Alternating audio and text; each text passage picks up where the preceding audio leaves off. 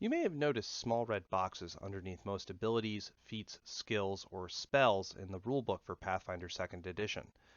These little red boxes are actually critically important and provide details about how those things actually work. These are called traits. Traits define the abilities, spells, monsters, feats, and items of 2nd Edition Pathfinder.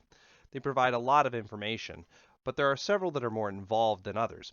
Most importantly, abilities in Pathfinder will reference these traits to define how that ability works, such as when it can be used or how it might affect certain targets.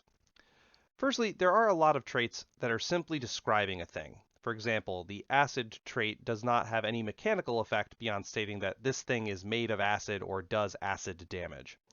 Other traits, such as the attack trait, will provide rules context that is necessary to understand how an ability works.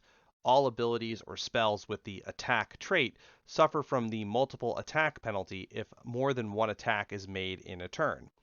While many strikes in a single turn will be an obvious example of this, many other abilities will have this attack trait as well, including maneuvers like tripping or grabbing an enemy, escaping from a grapple yourself, or even trying to force open a door or locked object. I'll talk a bit more about multiple attack penalties in another video. Finally, there are a few traits that I believe are particularly important and should be discussed further. First is the flourish trait. During any player's or other character's turn, they cannot use more than one ability with the flourish trait. A ranger cannot use twin takedown and then skirmish strike in the same turn, for example. Both of these feats have the flourish trait, and so only one could be used per turn. There's also the incapacitation trait. This is an important trait in particular for casters. Any ability or spell with this trait will be less effective against enemies that have a level that is greater than twice the level of that ability or spell. This means that the enemy treats the result of their saving throws against this ability as 1 degree better. For example, if I cast a first level spell on a third level enemy and they fail their saving throw against that spell, they would actually succeed instead.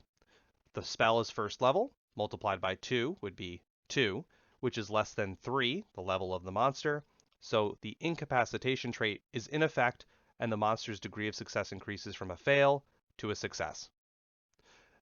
Many other traits will have rules embedded in them, so make sure to read those of your abilities or spells to make sure they work the way that you want. Also keep in mind that this may let you pick out some neat opportunities for your character's abilities as well. With that, you now know all you need to know about traits in Pathfinder 2nd Edition. Good luck out there, and have fun!